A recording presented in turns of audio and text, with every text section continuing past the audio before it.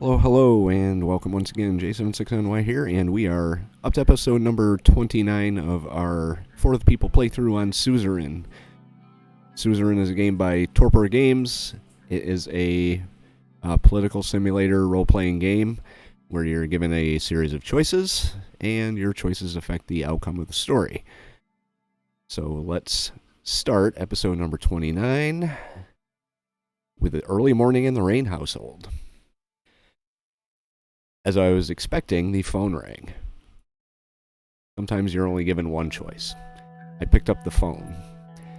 The operator said that it was Albin Clavin on the line. That's my vice president. Mr. President, have you seen the news? Maybe. Yes, along with everyone else in the entire northern hemisphere. Tell it to me straight. How bad is it? Yeah, that's the problem when you go like a week without playing this game. You don't remember what happened. To be frank, he took a deep breath. We might be screwed. Uh-oh. I just received word that they started the impeachment process. We will defend ourselves and present the best case possible, of course, but it will be hard.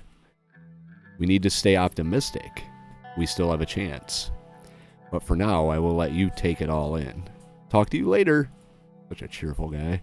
And he hung up. Okay.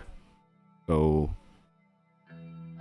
I guess people want to impeach me. Probably that bitch Gloria Torrey.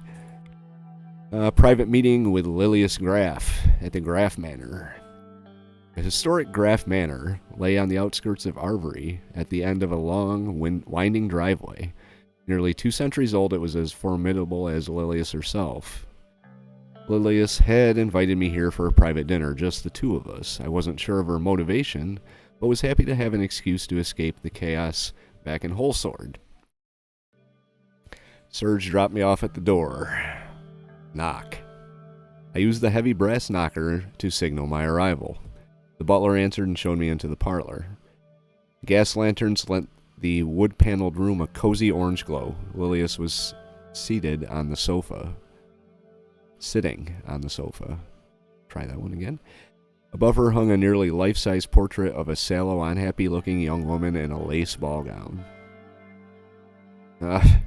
Is that you? Is that your mother? Or is that your grandmother? I'll just ask her if that was her. My mother, actually. Lileas Graf is my Minister of the Interior. I was her only child, you know. Giving birth to me left her medically unable to conceive. My father never could forgive her for not bearing him a son, and she never forgave me. She took a measured sip of one of the 2 glasses of sparkling wine she was holding and handed me the other. Just get to the point, bitch. What the hell? Sounds like a painful childhood. That's one for the D-bag playthrough I'm planning. If I live this long in the game, the silver lining is that despite personally despising me, they felt compelled to grant me all the advantages a son would have had, including the education I needed to rise to my current position.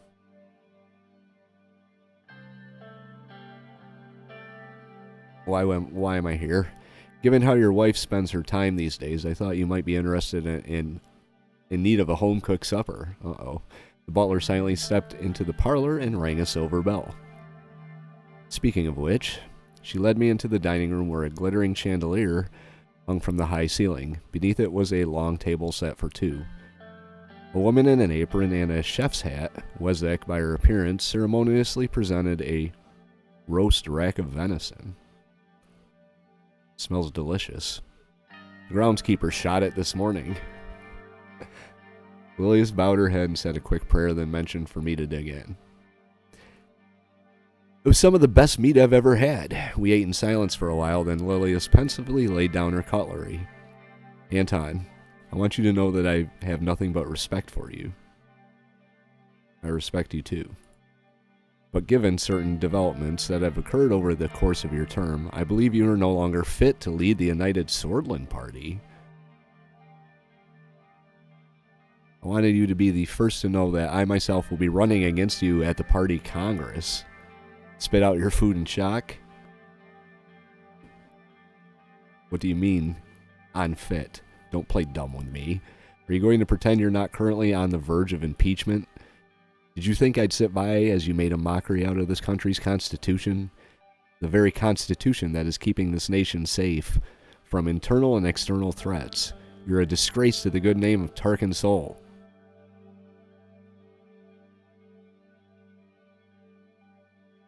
How much money will it take for you to stay on my side?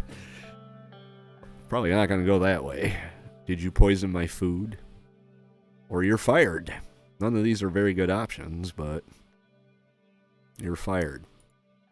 A little late for that.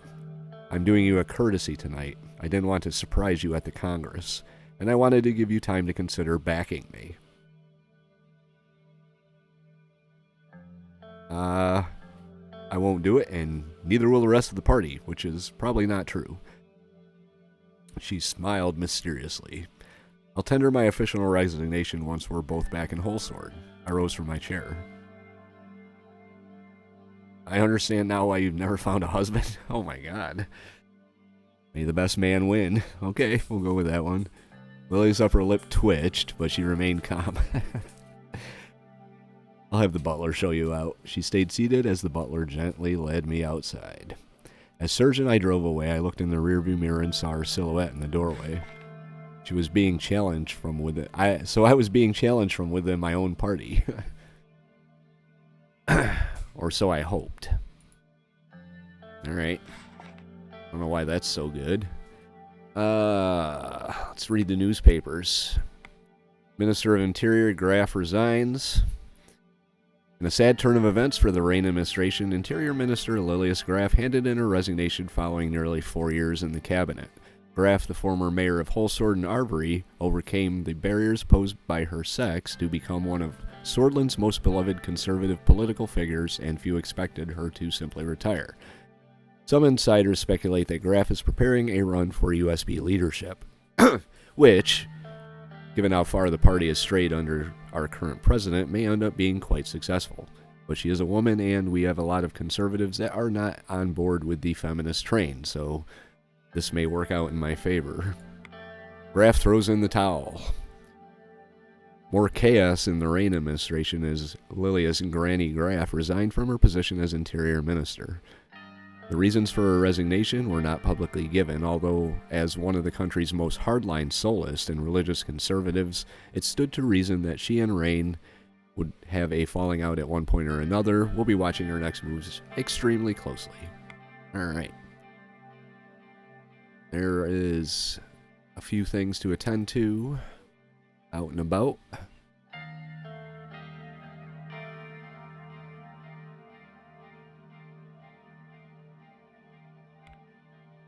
The report from Arbory. Oh boy.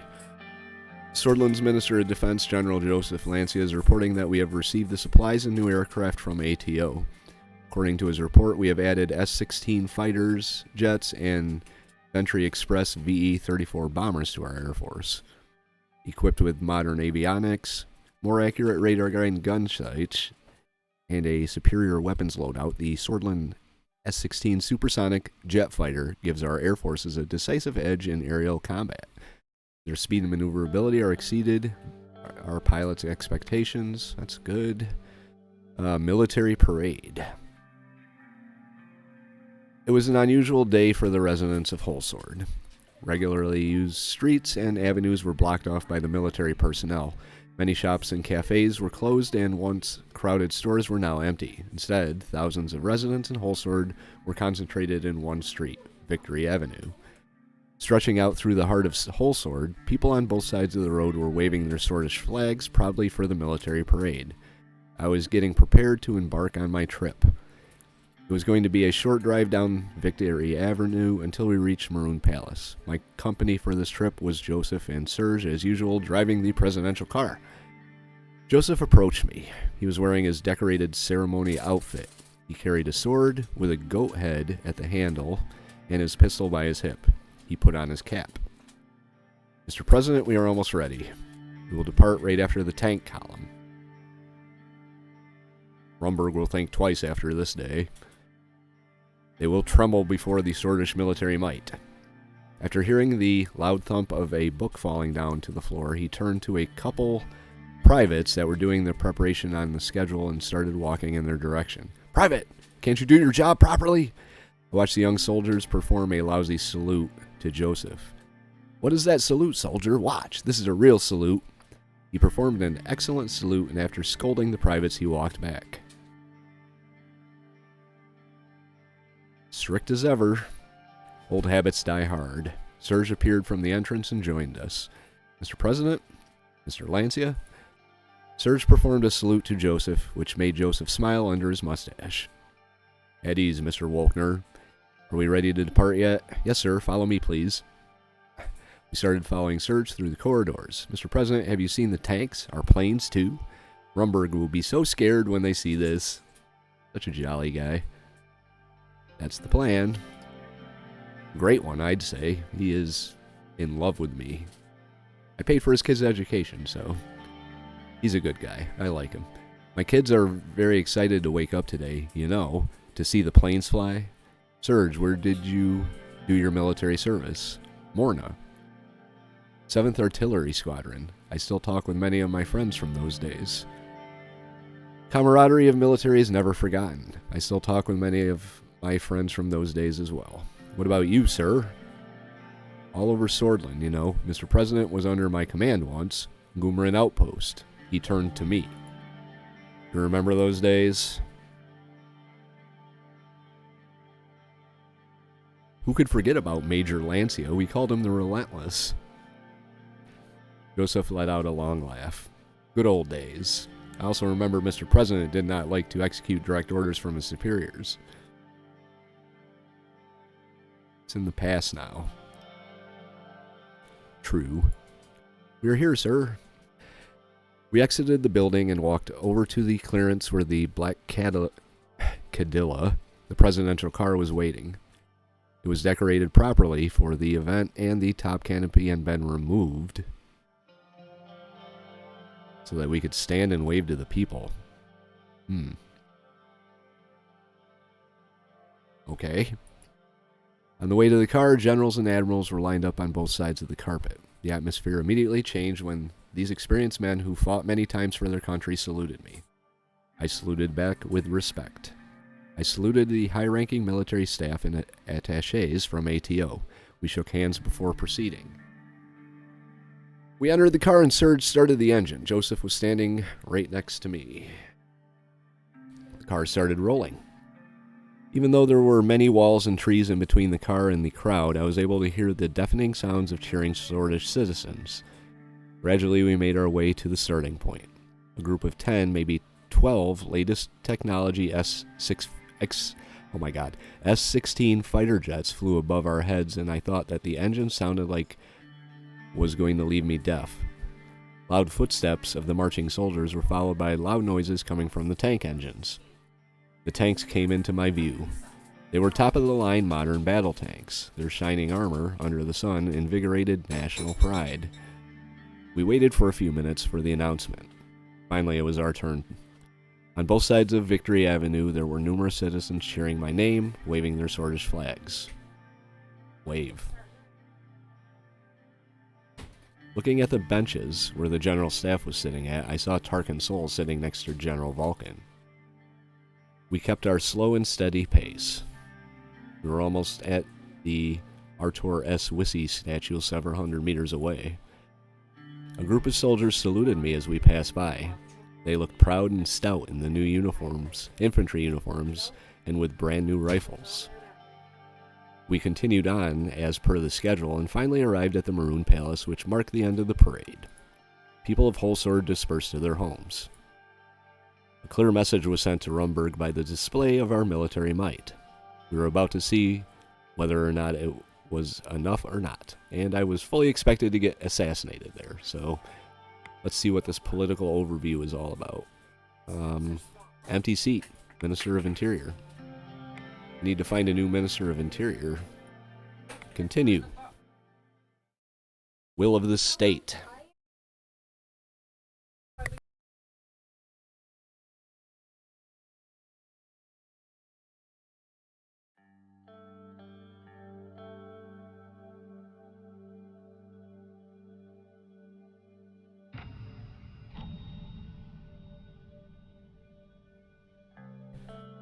Alright. See what we have to do. Doesn't look like anything other than the main thing here. Let's read the news. World leaders together at Alliance of Nations. Calling for a session on the current affairs. World leaders will be gathered at Alliance of Nations next week. The main highlights from the upcoming agenda were announced, and as expected, they will be around the current issue in Eastern Marcopa. In addition to the member states from the region, President Walker and Chairman Melaniev will be delivering their speeches at the Assembly. All eyes will turn to Constantinium Beirut, as the historic session will be taking place in the Alliance of Nations headquarters. Okay. Read the report from Whole Sword. We have received the schedule for the upcoming Alliance of Nations session. According to the dates outlined, Swordland 1 is being prepared for flight to Constantinium Beirut. Minister of Foreign Affairs David Wici will be attending the session as well as accompanying Mr. President on the flight. Alright. Swordland 1, flight to Beirut. I, David Wici, and the rest of the Swordish delegation to the Alliance of Nations arrived in Beirut. The local police escorted us to the Alliance's headquarters in downtown Constantinium, immediately recognizable by its gleaming dome. On entering the building, we were met with the parliamentary guide who briefed us about the procedure. After a strict security screening, the staff ushered us to the third floor. We entered the massive circular assembly hall and took our designated seats. David sat next to me. All of the world's most powerful people under one gleaming dome. I'm glad to be among them. It's amazing how someone has managed to fill a room with people that absolutely loathe each other. Not a bad point. Everyone's words and action here will change the world for better or worse. How are you feeling, Anton? Ever since what happened to Peter, I'm amazed that you've been holding up so well. I've seen you two hanging around all the time in university. He's been more of a friend to me than I could have ever been to him. I wish I had done more to help him.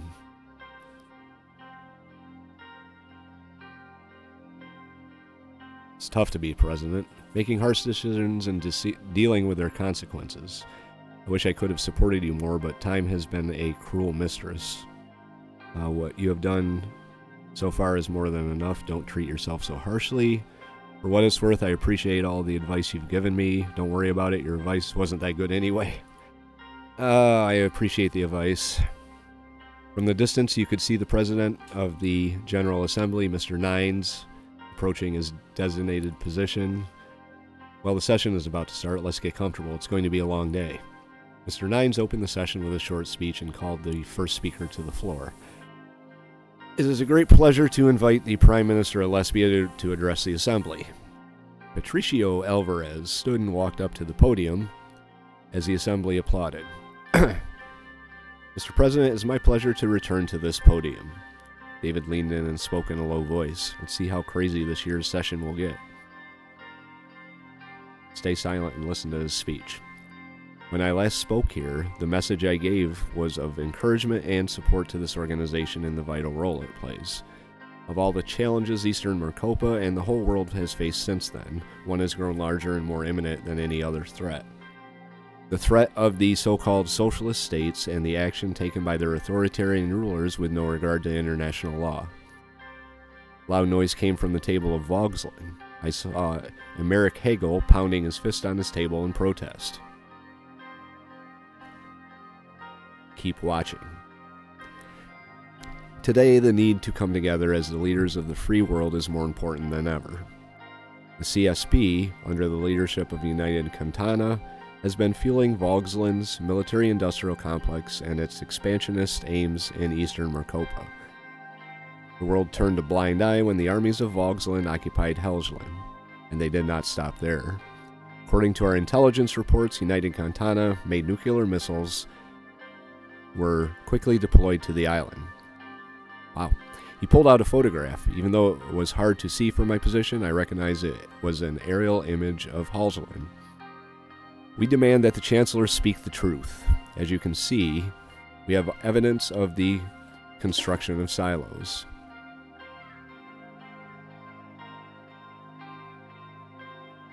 This is huge. If that's true, it's a threat to us all. I didn't expect them to be so quick after their operation. He looked concerned.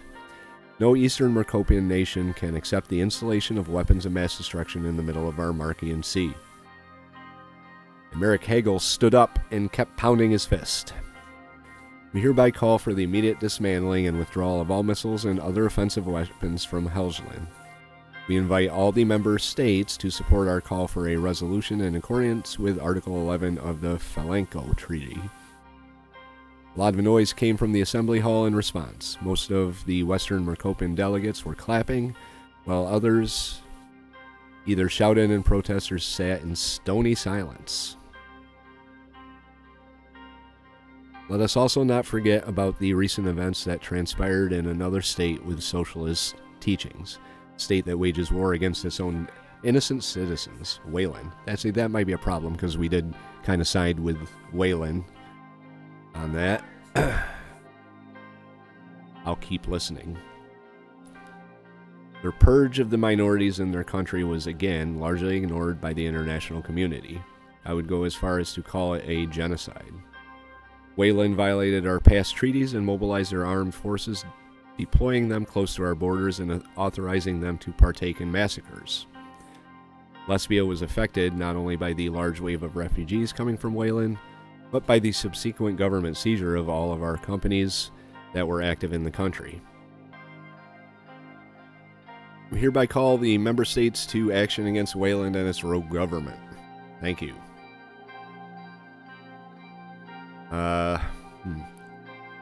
Honestly, that was not a bad speech. Clap or don't react. I'll just say that. He walked back to his seat amidst enthusiastic applause from most of the Mercopian delegates. President Nines waited for the noise to calm down and invited the next speaker, the president of Wayland, Victor Smolak. Smolak stood up. As he walked past Patricio Alvarez, he brushed him aside with an exaggerated sweep of his arms. When he reached the podium, he fumbled with the microphone for a few seconds. Then he smiled at Alvarez mockingly as he raised the height of it.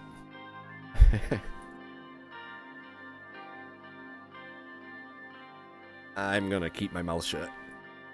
Just watch and see what happens. Mr. President, he then turned back at us and stared out into the hall for a few seconds. Fellow delegates, it is true that the world today faces a multitude of challenges. In the midst of these challenges, the world's most powerful leaders gather here in Kroot. And what do? They make threats, promote hate, and spread lies. Is this the alliance of nations we all want? Where is the cooperation and friendship? Where is the unity? I want to remind you of the wars that the West fought on our soil, of the foreign troops who occupied our country and seized our valuable resources. I want to remind you how they stole the oil from our sacred soil, and they did not know when to stop. The ATO soldiers left, but their interference never ceased. They financed armed rebel groups whose only purpose is to create terror inside our country. So, fellow delegates, don't you dare speak about Wayland before you acknowledge your involvement in our civil war, before you acknowledge your own dark past. Not entirely wrong. It's true that the Western powers had their hands in the Wayland Civil War, but it doesn't justify the operation. Sorry, you already know my take on dealing with him. He doesn't like him very much. Kind of a little weasel, but... As is well known, after the treacherous tragedy of the Wayland Civil War, Arcasia made a deal with United Cantana, where they agreed upon the withdrawal of their troops along with the removal of half of our army. Not only did they weaken us, we were left alone in facing the genocidal Brutish Freedom Front with the ATO funds, together with Rumberg. Just like the delegate before me, I will show you some of the evidence of foreign interference. He picked up a large stack of papers and waved them back and forth. I have clear evidence of direct aid from Rumberg to the Brutish Freedom Front.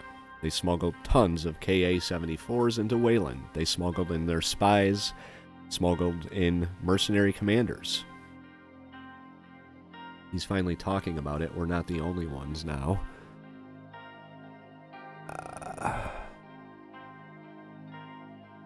See, he's finally talking about it. We're not the only ones. I should say something. Let Smollett know he's on my side. He's got balls taking on Rumberg in the west like that.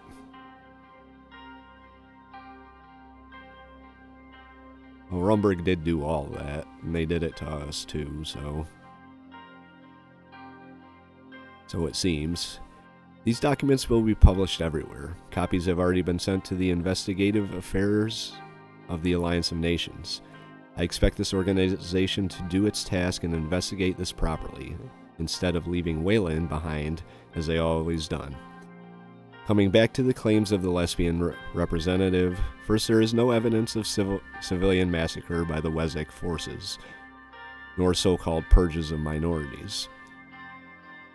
Second, the operation was limited only to the militant BFF, not the Bloods in general. Third, we know your government is also implicated in the funding of the BFF, and that your oil companies aided their militants during the operation. Fourth, as the state, we only took what was ours. The companies that delegated spoke of were not only aided militants, they were brought to Wayland by force. Know that Wayland will no longer recognize the right of any other country to determine what type of weapons we are permitted to possess or what type of policies we follow within our own borders. Wayland stands stronger and more united than ever. Our people have spoken. The enemies inside our border are crushed. Now, I ask every delegate here to read our report on the connection of the West with the armed militants in eastern Maricopa. And I ask the Alliance of Nations to do what's right. Wayland only wants peace. Our people want peace. They are counting on the support and understanding of all the nations of the world. Their proclamation is free Wayland or death. The assembly roared with particularly loud applause coming from the seats of Rican nations, whoever that may be.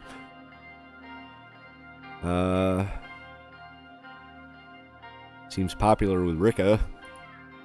Well, he played the victim here pretty strongly, and his anti-imperialist stance has definitely earned him sympathy from Riccans. No idea who the Riccans are.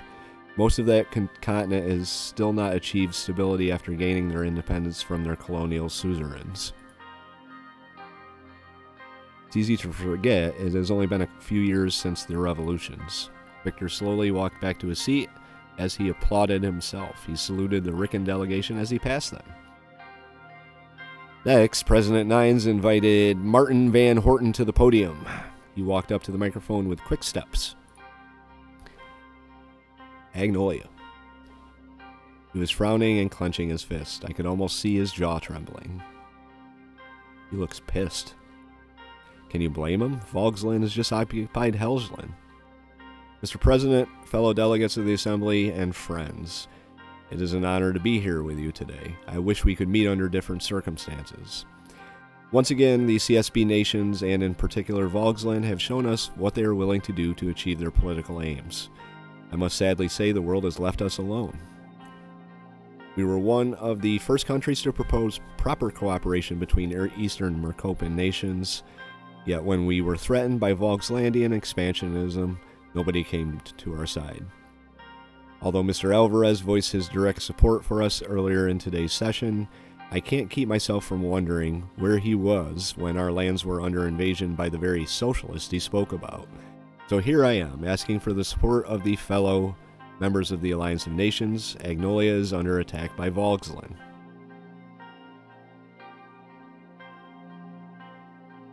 Okay. Loud banging noise emerged from the table of Vogslandian delegates. All of them were pounding their fists on the table. I'll keep watching. Mr. President, please moderate the assembly. This is more than disrespectful. Merrick Hagel began shouting curses as Nines repeatedly banged his gavel for order. After a minute of back and forth shouting, the noise settled and Nines allowed Martin to continue. As you all know, Helgeland, which has been a territory of Agnolia for more than 3 decades, was invaded by Vogsland in a sudden attack. Not only did they unlawfully occupy our land, they brought nuclear missiles to the island the moment our forces retreated. Malianivist terror surrounds us on all sides. We must not falter. I invite all member states to find a resolution in accordance with Article 11 of the Falenko Treaty enforcing the immediate dismantling of all missiles from Helgeland. I must also remind you that under Article 3 of the Ventry City Treaty, the Alliance of Nations must ensure the withdrawal of the occupying force from the island. I call on the democratic world to action against the tyranny of Malinovism, authoritarianism, militarism, and extremism. The banging noise started again. Hegel stood up and approached the rostrum. You are a spineless jerk, a lackey of Arcasian imperialism. President Nines called for silence and started hitting the gavel. I could take a stand here, but I'm going to not. I'm just going to sit there. All of your complaints against us are a direct result of your capitalist and neo-colonialist systems. President Nines, please, what is this? President Nines smacked his gavel in vain as the shouting match broke out in the assembly. Finally, after a few minutes, the other Vogslandian delegates convinced Hegel to sit back down.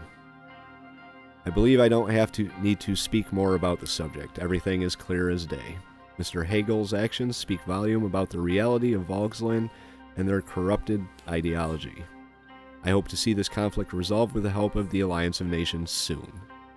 He quickly left the podium and nodded to the other Agnolian delegates. The two left the assembly hall. President Nines announced the next speaker, Emeric Hegel. Hegel immediately took his place and spoke in a low, seething tone. Thank you. Stay silent. Here we go. First of all, I want to extend a due welcome to the new states from Rica that have joined this organization. After fighting for years against colonialism and imperialism, they more than earned our membership vote. I am overjoyed to see them finally represented in this assembly. As our numbers grow and more states are represented in the stage, we come even closer to finding resolutions to the conflicts that plague us. For hundreds of years, the dominant economies of Mercopa raised, pillaged, and exploited the continents of Rica and Xena. Sadly, Vogsland was also part of this plunder in the years before the Revolution, when it still clung to the idea of imperialism. But when our masses found their voice, the old colonial powers and their new financiers turned against them. These powers did whatever they could to hamper our revolutions. They did not want the people to be heard. They are scared of us for showing the possibility of a better path. Of course, they didn't want us to succeed. We threatened the productivity that runs on the blood and sweat of their working class. And now they've started labeling us as the aggressor. Yet we all know it was the Arcasians who built up military bases all around Mercopa. It was the ATO that was first formed to fight against Malinovism. Keep watching. Helgeland was, is, and will be Vogslandian territory. Our intervention in the island was completely justified. Mr. Delegates brought up the Falenko and Ventry City treaties. However, they are forgetting about the Treaty of Constantinium. Vogsland exercised its right to intervene on behalf of our people, who were being oppressed and massacred by the Agnolian government just because they did not recognize an appointed governor. They did not get to elect one. We acted in full accordance with the second article of the treaty. If there's a side to be blamed, it's the state which murdered its minorities for publicly showing support to our nation. There were also claims about illegal missiles. No country in the world has the right to determine what type of weapons we import. If there's a conflict the Alliance can resolve, let's start with the Arcasian bases on Ravnos Island. Lesbia has been housing Arcasian troops and missiles by our border for years, and none of the member states even talked about it. I also want the member states to look into the Arcasian bases in both Lesbia and Swordland. And if the Alliance of Nations truly claims to have the people's best interests at heart, they cannot stay silent about what the Agnolian government did in Helgeland, how they took away the rights of our people. Perhaps then there can be proper dialogue between our nations, and the Alliance of Nations can finally demonstrate that it can serve its intended purpose. But unfortunately, the Alliance of Nations remains all too willing to overlook such human rights violations. However, Volkslandian government is ready, as always, to fight the forces of oppression and colonial servitude on behalf of free people everywhere. He raised his left fist. Yep, what he said. Was that Swordish? Did I catch that right? He said the revolution will come, yes, but it was in Old Volgish. Very similar to Swordish, right? Some words are even written the same way, but I'm surprised you caught that from his accent. Most of the delegates from Xena, Rika, and Cantana responded with thunderous applause. Hegel shook hands with them as he walked back to his seat. President Nines announced the next speaker, Queen Beatrice Livingston, from Rumberg. Dear President of the Assembly, dear delegates, dear leaders of the world, just as my fellow Eastern Mercopian delegates spoke about the troubles plaguing our continent, I also have to bring attention to a growing threat in our region, Swordland. That's me! As you know, not long ago, Swordish aircraft with offensive capabilities were spotted inside our border. A few days later, they shot down one of our planes inside our own airspace. It was practically an act of war. Knowing this, Rumberg will do anything in its power to defend itself and its interests, whether Swordland is actually planning something or not. Our Swordish neighbors and what they've been doing is very concerning. They took in traitors and gave them protection. Their president even went so far as to blame our country for spying on his administration, through his own private secretary, as he expects the world to believe his lies. That hag. I'll just keep listening. I hereby invite you all to determine the initiation of a proper and intergovernmental investigation into Swordland. If the Alliance continues to shirk its given duties, you can trust in Rumberg to take matters into its own hands. It is also important to point out that Rumberg will not stand idly by if more Arcasian military are transferred to Eastern Mercopa. I hereby condemn both the ATO and Swordland for allowing Arcasia to settle in our region. Before I finish, I also want to say, Mr. Smolak, I'm looking forward to reading your report. I wonder what this so-called evidence is all about. Know that your slander does not work on us. Know that we are ready to die for our freedoms. Know that our kingdom stands firm and strong. Expect a grand awakening. That's a threat if I ever heard one.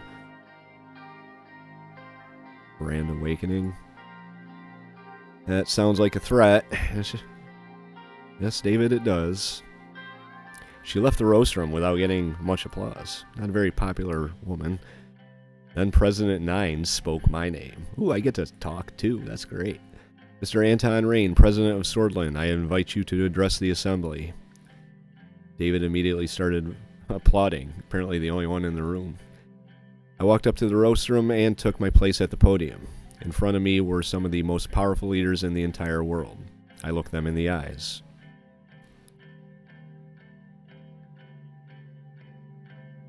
The representation of Swordland is pleased to address this assembly.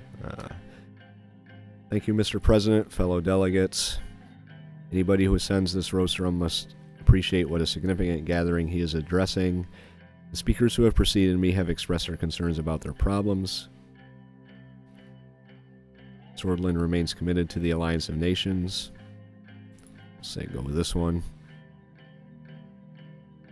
I would just like to stress the importance of these words, Alliance of Nations. Just as the speakers who preceded me, we too have our concerns to raise in this noble assembly.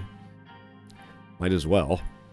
Our century is the century of the struggle for freedom, the century of liberation from foreign occupation.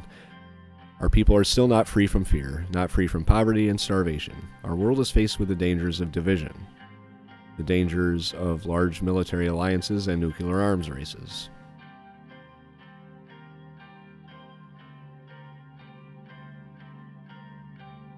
Go with that one. Now it is more important than ever to set aside our differences and unite under this charter. It's time to ask the hard questions. Ask if this organization is achieving any of its aims. Today we are confronted by a difficult choice. Our great achievements may either be used for benefit or the detriment of mankind. That sounds pretty good. Now I'd like to address some of the topics mentioned here today. I will not respond to any of the comments made today. Instead, I want to talk about our responsibilities to the Alliance of Nations. I don't really want to talk about any of this other stuff, except for the Rumberg thing.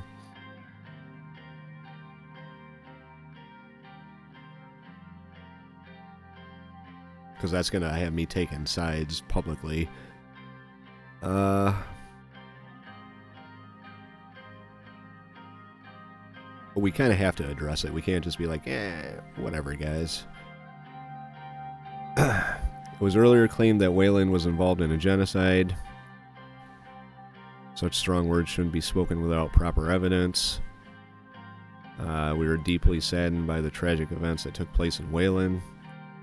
The Swordland stands together with the Wezak people, but we will continue our cooperation with Wayland. And this is leading me down a path I don't want to go. I'd also like to extend my support for Mr. Van Horten. I would also like to address the Queen of Rumberg. There we go. She talked about some hypothetical threat that our nation poses to Eastern Mercopa, with Rumberg's military has tripled in the last decade. The real threat to Eastern Mercopa has always been Rumberg. Today it's still the case. Swordland always wanted to have peace between our nations, yet we were being threatened by Rumberg. It was Rumberg who shot our aircraft within our airspace. We only defended our borders.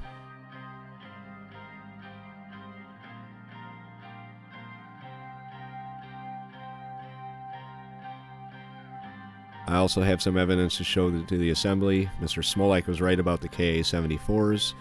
Swordland. Yeah, alright. This one, we'll go with this one. Rumberg has definitely been arming the BFF in Swordland. We discovered that many militant groups in Swordland were being financed and armed by Rumberg. There is another important piece of evidence that we have here, provided to us by someone close to the Rumbergian government. I hereby call on the Alliance of Nations to serve its duty. Rumberg and its links to rebel groups must be properly investigated. I hereby call on the Alliance of Nations to support Swordland. We're facing an existential threat.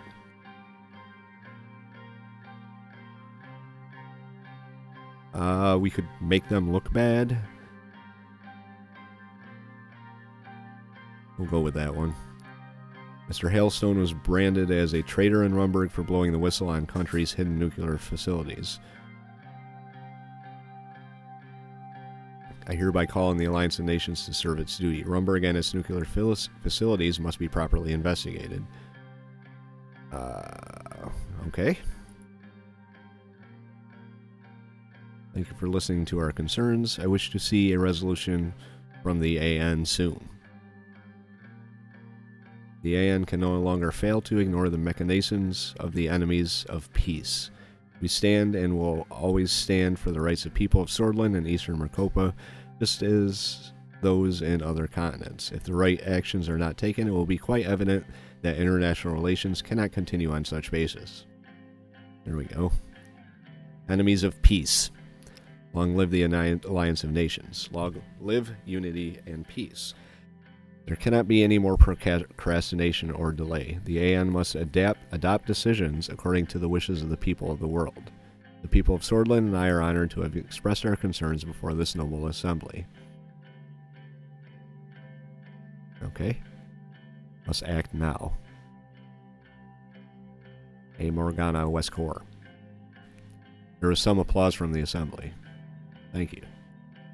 I left the podium. I walked back to my seat. David did not stop applauding until I sat down. How was it? It was not a bad speech. You did well. President Nines announced the next speaker, Dwight Walker. Holy shit, how many of these guys are going to talk? Mr. President, I first want to congratulate you on your election to this high office. Mr. Secretary, delegates of the Alliance of Nations, ladies and gentlemen, fellow friends. Who's this guy? President of Arcasia. We meet again on our quest to bring peace and light into this world, but even though some of the clouds have lifted, the world has not yet escaped the darkness. The Kantanan Security Pact is rapidly expanding its influence. It is very troubling to see a democratic nation of Mercopa be invaded by these Malinivist powers. I refer, of course, to Helgeland's occupation of Augsland. This is an attack against the lasting peace the world has enjoyed since the century of revolutions. Today, our peacekeeping obligations are being tested by United Kantana and the Malinivist bloc. I know I'm mispronouncing the hell out of that, but if we fail to counter and stop this threat, if we stay idle and allow them to build new walls and weapons of hostility, if the attackers do not face any consequence, then this unstable peace we believed we have built will be the world's downfall. And posterity will point its finger at us for not stopping it. Emeric Hegel and the other Vogslandian delegates started making noise again. This time Hegel had taken off his shoe and was banging it on the table. Keep watching. Despite the noise Hegel made, President Walker continued his speech without pause. Despite its claims, the CSP's actions will only bring about war. We believed United Kantana and Arcasia, together with their allies, could come to an understanding. For our mutual benefit is our desire to avoid the destruction of the world. Well. Yet United Kantana keeps acting in complete disregard to international law. Their allies are forcibly taking land and imposing their own values on the people of those lands. I will say this to the leaders of United Kantana. If either of us is to be secure, we need a peaceful cooperation, not nuclear missiles, shows of naval superiority, or invasions. If the leaders of United Kantana fail to demilitarize Helgeland, with complete dismantling of the nuclear missiles and the withdrawal of the occupying Vogslandian forces, the ATO will have to take matters into our own hands. Hegel stood up with the shoe in his hand. What is that supposed to mean? You're promoting war in the Alliance of Nations? Mr. President, this cannot... Nine slammed the gavel down and shouted, "Silence, please." Mr. Chancellor, please let me finish. We did not interrupt you when you addressed the Assembly. I must also raise my concern about the threat that Rumberg poses to Eastern Mercopa. Speakers who preceded me clearly showed that tensions are rising. The report from Wayland and Swordland are troubling. The representatives from both countries referred to Ka-74s being smuggled within their borders. Mr. Rayne also pointed out the construction of nuclear weaponry in Rumberg. Our intelligence also confirms this. Arcasia and the ATO will stand against the aggression of Rumberg. They are playing a dangerous game, one that may bring ruin to Mercopa and their own lands. I believe the Alliance of Nations can find a resolution to this conflict as well. If not, let it be known that Arcasia will stand together with Swordland. Yay! Good for us. We got a buddy. Rumberg cannot do as it pleases.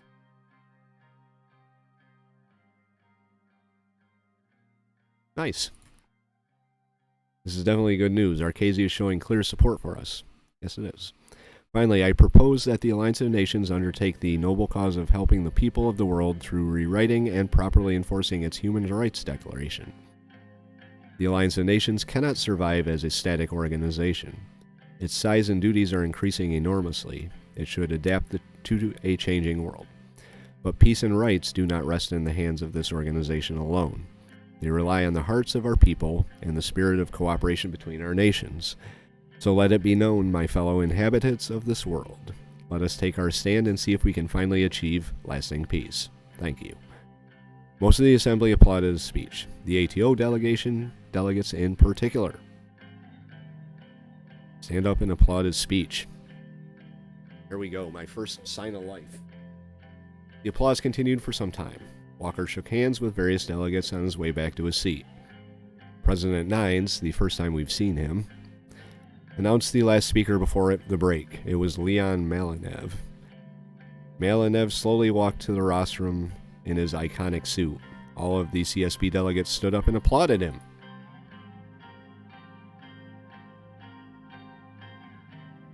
Honorable Chairman and fellow delegates to the Alliance of Nations. Here we are again at the most esteemed meeting of state representatives in the world. However, increasingly we are threatened, disregarded, attacked, or completely ignored in this assembly. I added a word, whatever. The representatives of Arcasia has just shown this unfriendly attitude toward us yet again. Arcasia would have you believe we are standing in the way of lasting peace, yet the peace they talk about was only possible thanks to our missiles and our growing bases in the developing world. The ATO kept waging wars against people's revolutions and forcing new independent states to be their puppets, binding them to themselves through the Arcasian lira. And now yet another Arcasian president is telling us that we are the aggressors and they are the keepers of peace. We will not be silent anymore against these lies. When was this peace you talk about? Where was this cooperation between our countries? Have you ever accepted our invitation to talk about denuclearization?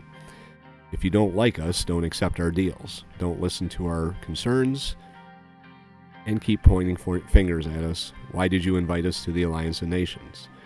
Every year, United Kantana comes to this assembly to address the real problem of real people. People who suffer because of your systems, your wars, and your ignorance. Whether you like it or not, we'll keep representing the laborers, the slaves, the oppressed of this world. And believe it or disregard it, history will be on our side.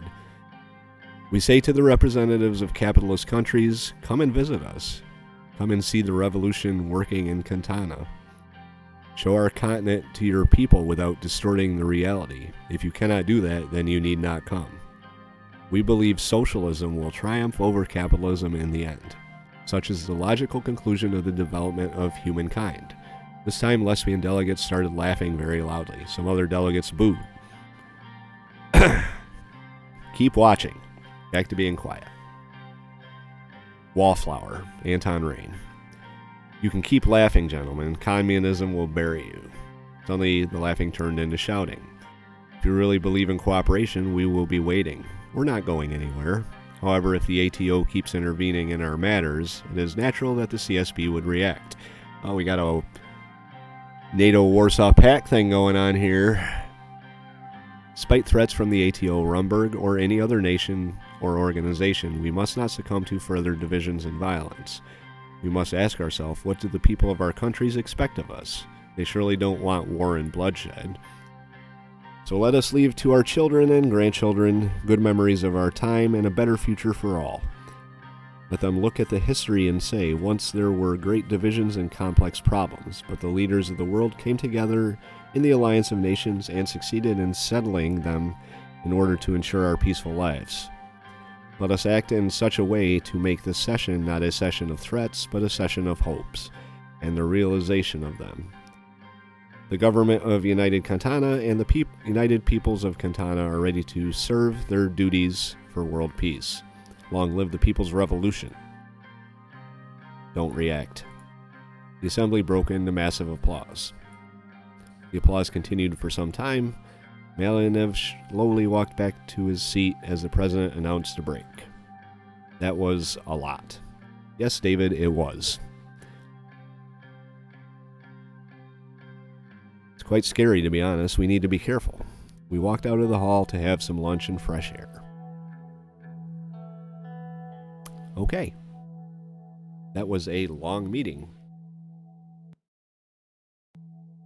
Let's take a look around and see what we've got to do.